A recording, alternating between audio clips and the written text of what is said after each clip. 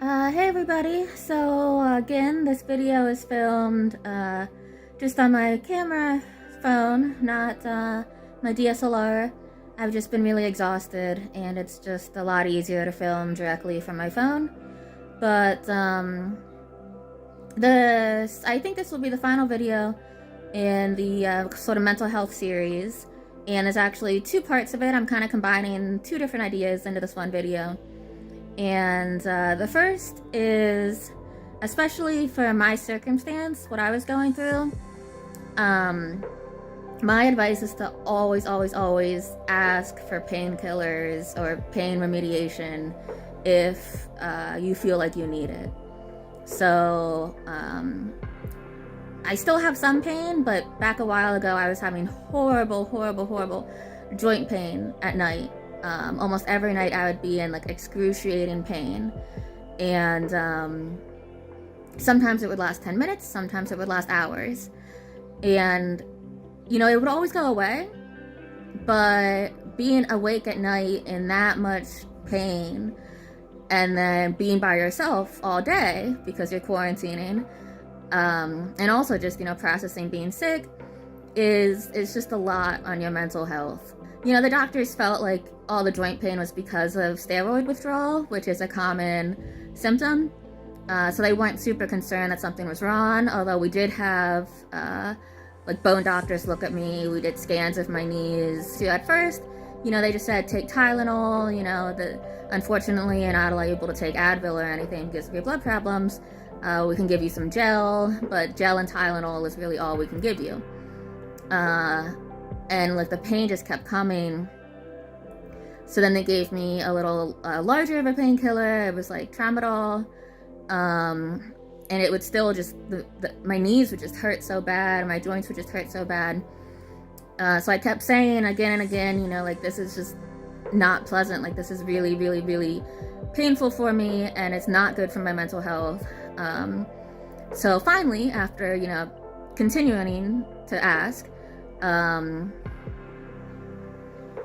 well, my doctor gave me oxycodone, but still wasn't super, there was still pain.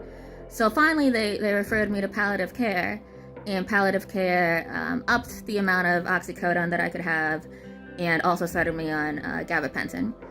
So, you know, I kept pushing time and time again, saying I need assistance in this, you know, and I am kind of like, I don't have a high tolerance for pain, but I know that when I'm in pain, I'm absolutely miserable, and it definitely gets to your head.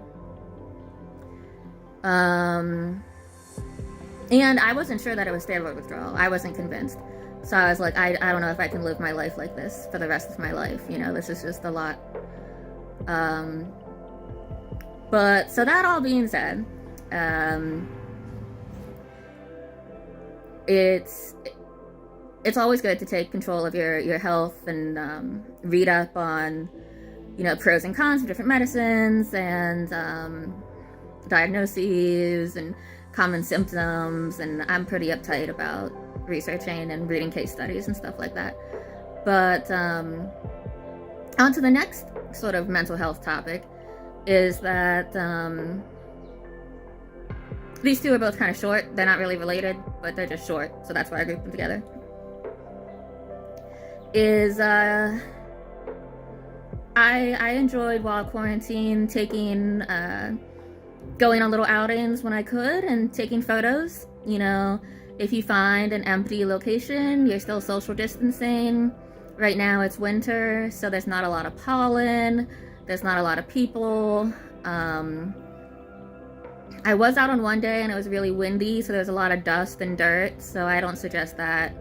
But generally speaking, it's easier this time of year to stay away from people and pollen and dirt. So a couple times I just wanted to explore an area and went out just to take some photos. Some were more successful than others. And for me, taking photos is quite tiring. I get out of breath, I just get sleepy. My muscles are still working on, moving. But when I'm awake, and energized. It's a nice activity for me. And it's something that I can look back on and see, you know, these nice things that came out of this time.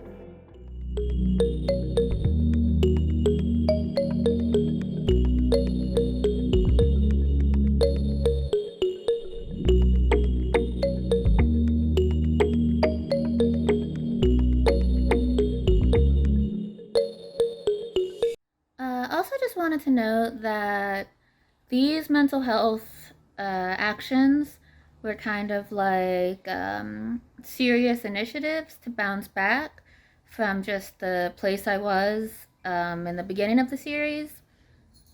But in actuality, I actually don't do too many of these things anymore. Like, I actually don't go to meetups anymore. Um, I finished decorating my room. You know, I still have the cat and things like that. But these are really just to bounce back. Now that I'm in more of a state of like normalcy, I guess. I just do some smaller activities that I like. You know, like making these videos, crafting. Still doing some Facebook Marketplace stuff, but nothing as extreme as, you know, some of the examples I've shown in the last few videos.